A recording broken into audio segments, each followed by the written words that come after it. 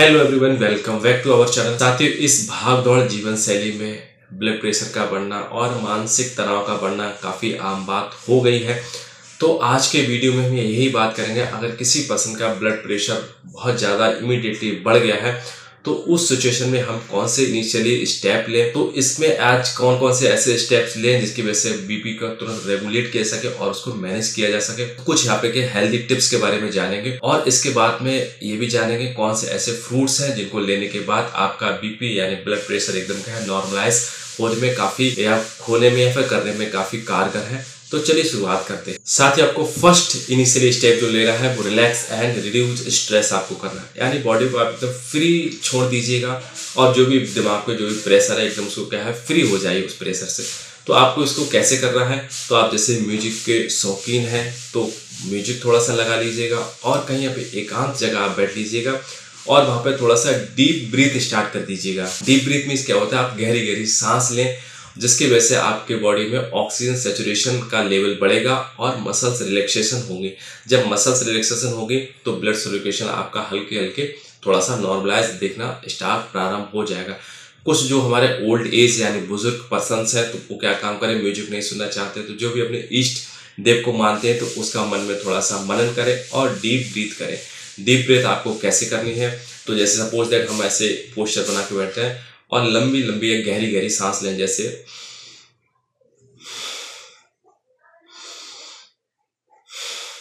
इस तरीके से आपको करना है। आप 5 से 7 मिनट ऐसे आप दोहराएं तो देखना आपका जो ब्लड प्रेशर जो बढ़ा हुआ है तुरंत थोड़ा थोड़ा नॉर्मलाइज होने का प्रारंभ वहां से हो जाएगा। स्टेप लेना है एम्प्टी यूरिन ब्लैडर, यानी आपके जो पेशाब की थैली है उसको तुरंत खाली करना है। इसके लिए आपको क्या करना है, तुरंत आप यूरिनेशन को जाएं यानी पेशाब करने जाएं। कभी कभी ऐसा होता है जैसे जैसे हमारा ब्लड प्रेशर बढ़ेगा तो उसमें प्रेशर हमारे यूरिन का जो यूरिन ब्लैडर होता है फुल हो जाएगा, तो ये भी कहीं ना कहीं रेस्पॉन्सिबल होता है हमारे क्या ब्लड प्रेशर को बढ़ाने में।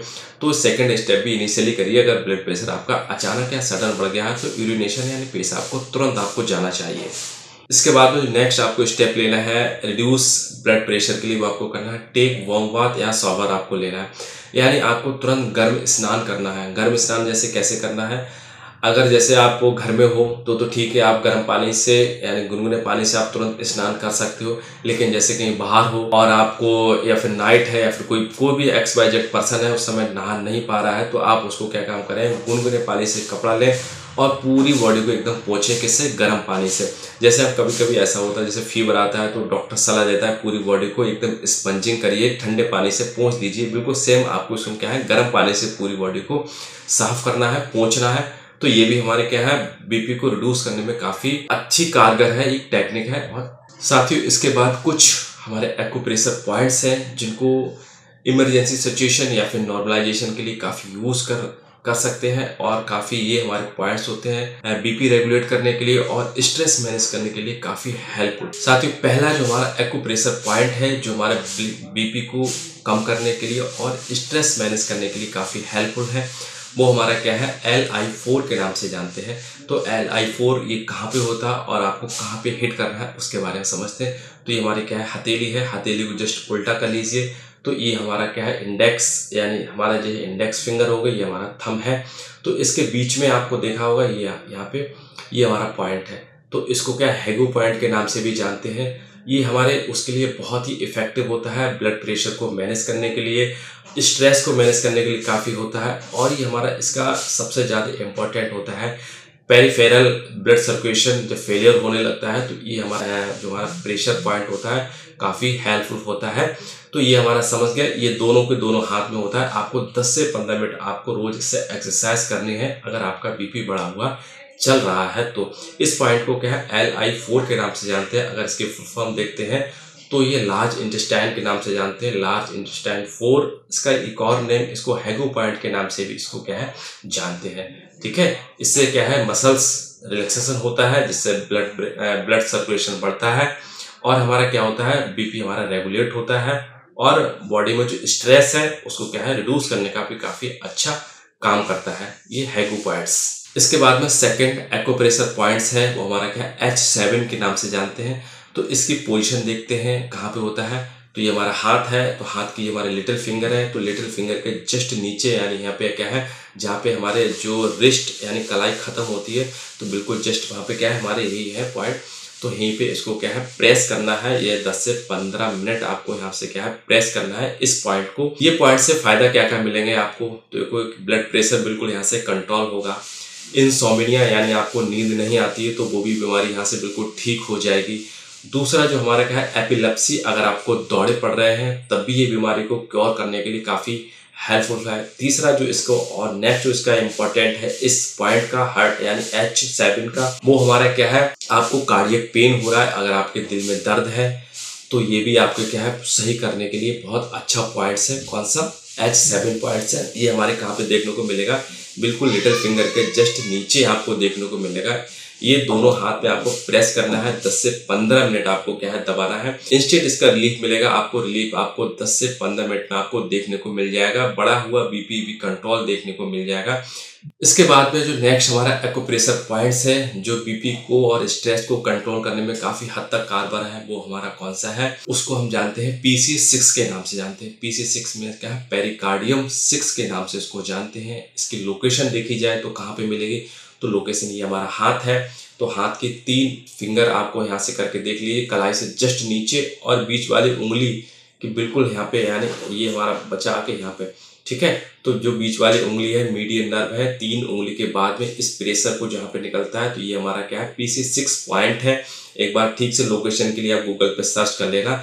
तो ये प्रेशर को आपको दबाना है, ये भी 10 से 15 मिनट आपको रेगुलर आपको दबाना है अगर आप ब्लड प्रेशर के शिकार हैं और आपका ब्लड प्रेशर बढ़ा हुआ रहता है तो। क्योंकि इस ब्लड प्रेशर से फायदा क्या है, तो हमारा जो एलिवेटेड ब्लड प्रेशर उसको नॉर्मलाइज करता है, स्ट्रेस को रिड्यूस करता है, और इसका एक और अच्छा एक्स्ट्रा बेनिफिट है, अगर हमको चक्कर आते हैं यानी हमारा जी मचलाता है और हमारा नोजिया हो रहा है, ठीक है, डिजिंगनेस हमको हो रही और हमको उल्टी आ रही है, वोमिटिंग आ रही है, तो इस प्रेशर वाले पॉइंट से बिल्कुल कंट्रोल किया जा सकता है और इस पॉइंट का आपको इंस्टेंट रिलीफ देखा जाता है, ठीक है। तो हमने 3 आपको एक्यूप्रेशर पॉइंट्स बताए थे जो हमारे पेन से संबंधित और बीपी से संबंधित काफी अच्छे हैं, इफेक्टिव है। पहला हमने बताया था आपको LI के बारे में आपको बताया था, फिर हमने H7 के बारे में बताया था और हमने क्या PC के बारे में आपको बताया था। ये तीनों एक्यूप्रेशर पॉइंट्स हैं, इनसे हमारी सीधे सीधे जो हमारी क्रेनियल नर्व्स निकलती हैं उनको सीधा हिट करते हैं और उन्हीं को स्टिमुलेट करते हैं, जिसकी वजह से जो एक्स्ट्रा जो फीचर्स हमारी बॉडी में देखने को मिल रहे हैं यानी एलिवेटेड सिम्टम्स देखने को मिल रहे हैं, उनको रिड्यूस करने में, उनको कंट्रोल करने में ब्रेन को स्टिमुलेट करते हैं और जिसकी वजह से इसका रिजल्ट भी हमको देखने को मिलता है। साथ ही इसके बाद आपको क्या करना है, बॉडी में तुरंत पोटेशियम आयन को इंक्रीज कराना है। अब पोटेशियम आयन को कैसे इंक्रीज कराना है, क्योंकि पोटेशियम आयन जैसे बॉडी में जाएंगे और सोडियम आयन जैसे ही कम होंगे, बीपी हमारा वैसे ही रेगुलेट होना स्टार्ट हो जाएगा और रिड्यूस होना प्रारंभ कर दिया जाएगा। बीपी के लिए बढ़ाने के लिए और कम करने के लिए 2 आयंस हमारे डिपेंड होते हैं, यानी सोडियम आयन बढ़ेगा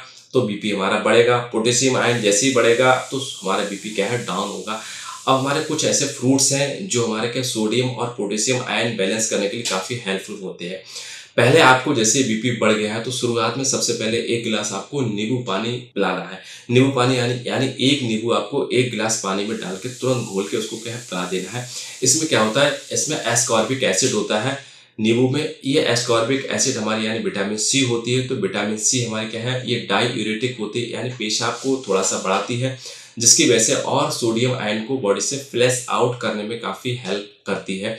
तो जिसकी वजह से हमारा बैलेंस है आयन का वो हो जाएगा और हमारे क्या है ब्लड वेसल्स को रिलैक्स करती है। ये काफ़ी हद तक कारगर करता है हमारा एस्कॉर्बिक एसिड हमारा क्या है ब्लड प्रेशर को मैनेज करने के लिए।